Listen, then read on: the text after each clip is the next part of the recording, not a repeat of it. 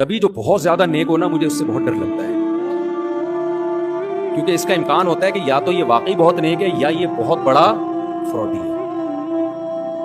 जो बहुत ज्यादा नेक हो ना, हजरत हो, मैंने कहता अल्लाह खैर करे, ये अजीब सा ना हो गई। और ये भी इसी से याद रखो, ये ज्यादा नहीं मैं बात करूंगा, मैं जल्दी से आगे जा रहा हूँ, कि जो बहुत अच्छा आमिल होता है ना, रूहानी इलाज करा रहा है, उससे यकीन कर लो ये कोई बहुत बड़ी चीज है, बहुत बड़े नुकसान में डालेगा आपको। जो छोटे मोटे उल्टे सीधे आमिल होते हैं ना, नमाज नहीं पढ़ रहे, लड़कियों से पर्दा नहीं कर रहे, वो शक्ल से चरसी लग रहे हैं, ये वाले आमिल कम खतरनाक हैं। आमिलों की जब बात आए तो दिल पे ले जाने दो, इसके बगैर इन आमिलों की अकीदत निकलेगी नहीं। आज एक फैमिली आई मेरे पास असर के बाद,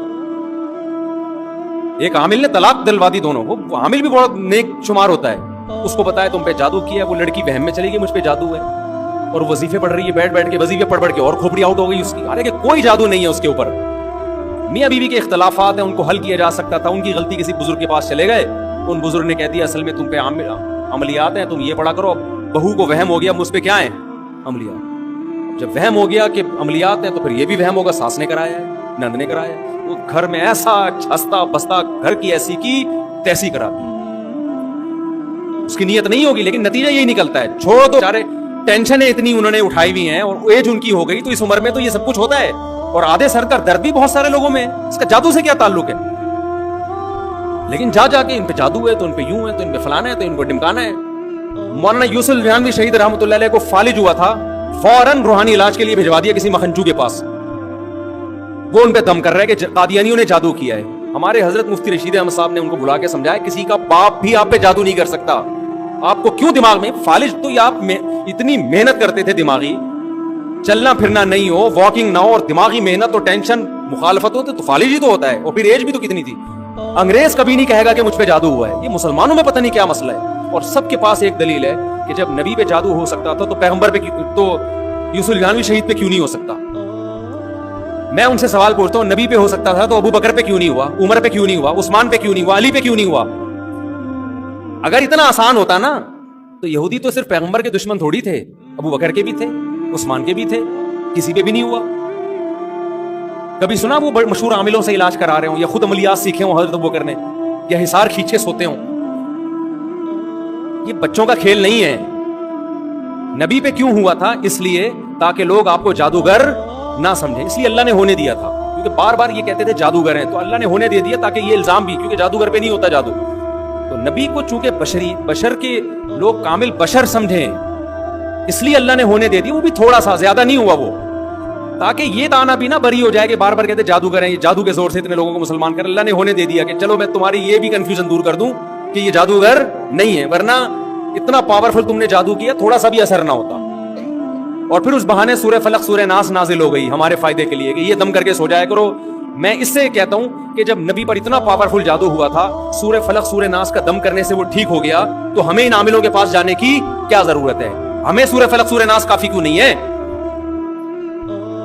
बात आ रही है, अगर हुआ भी है बिलफर्ज, अव्वल तो इतनी आसानी से नहीं होता। मान लो हो गया यार, इम्कान के दर्जे में मान लो, तो सूरह फलक सूरह नास पढ़ के भूख लगा के सो जाओ ना, क्या तकलीफ हो रही है तुम्हें।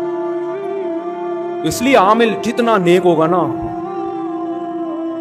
समझ लो उतना क्या है, डेंजरस। बड़े बहुत बड़े बुजुर्ग का दूर भागो यार, ये बर्बाद करेगा, क्योंकि घर में उसको इज्जत मिलेगी। मैंने दारुल उलूम कोरंगी के आमिल भी देखे हैं लोगों को उल्लू बनाते हुए। आप क्या समझते हैं, दारुल उलूम कोरंगी की बदनामी नहीं है इसमें, क्योंकि दारुल उलूम कोरंगी या जामिअतुर रशीद एक दीनी इदारा है, उसने कभी आमिलों का ठेका लिया हुआ है। बिनौरी टाउन की मैं मुखालफत नहीं कर रहा, बिनौरी टाउन एक दीनी इदारा है, फतवा बिनौरी टाउन से लो। हम तो खुद लोगों को कहते हैं यार ये मसला है, बिनौरी टाउन दे, ऑथेंटिक फतवा मिलेगा। एक बहुत बड़ा इल्मी इदारा है, ये फतवा दारुल उलूम कोरंगी से लो, ऑथेंटिक फतवा मिलेगा।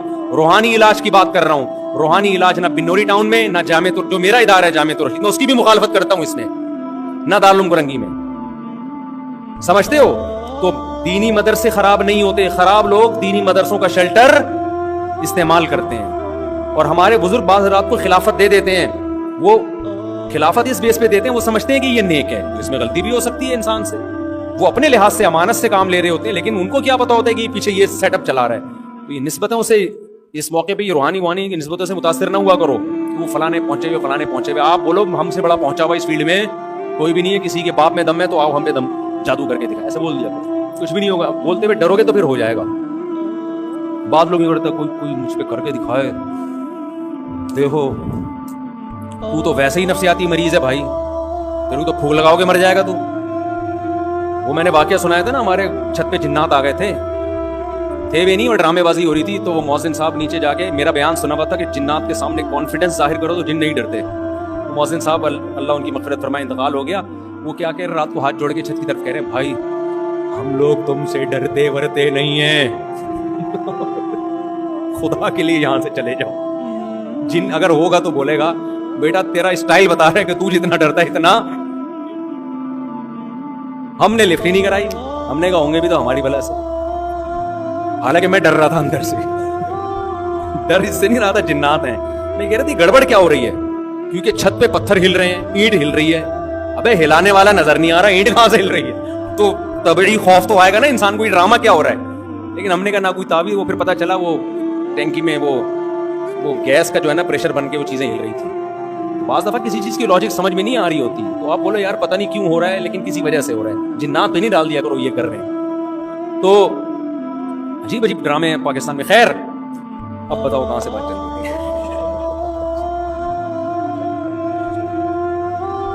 हाँ तो मैं भी जब ईमानदारी पे बयान कर रहा होता हूँ ना, तो मैं पहले अपने गिरबान में झांकता हूँ, बेटा कहीं तू तो नहीं लोगों के पैसे खा के बैठा हुआ, ठीक है ना, क्योंकि तकरीरें करना बहुत आसान होता है। तो अल्लाह का शुक्र है अभी तक की रिपोर्ट तो यही है कि नहीं बैठा, और देने की फिक्र ज्यादा करता हूँ बजाय लेने के। तो अल्लाह इसी पे कायम रखे, तो अल्लाह की तौफीक से होता है, इंसान के पलटते में कोई देर नहीं लगती। बड़े बड़े लोगों ने पलटते हुए देखा है, तो इतराना नहीं चाहिए किसी चीज़ पे। तो मैं यस कर रहा था कि कंजूसों की दो किस्में मैंने बयान की थी। एक वो किस्म होती है, बार बार इसलिए कि ताकि उससे लिंक करूँ ना मैं, एक किस्म वो होती है कि जो दूसरे को देते नहीं है, उस पर रहम नहीं खाते। उससे बड़ा कंजूस वो होता है जो कम वक्त दूसरे का पैसा दबा के बैठा हुआ है, मकान का किराया नहीं दे रहा, पेमेंट नहीं कर रहा, तरखा रहा है, टहला रहा है। इसी तरह डाकुओं की भी कितनी किस्में हैं। तो एक वो डाकू घर पे आए, जूते मार के भगाओगे आप, जो मोबाइल से लोगों के पैसे छीनता है। वो चोर है जो मस्जिद से चप्पल चुराता है। एक चोर वो है जो इससे बड़ी बड़ी चोरियां करता है, मगर उसकी इज्जत पे भी कोई आंच नहीं आती।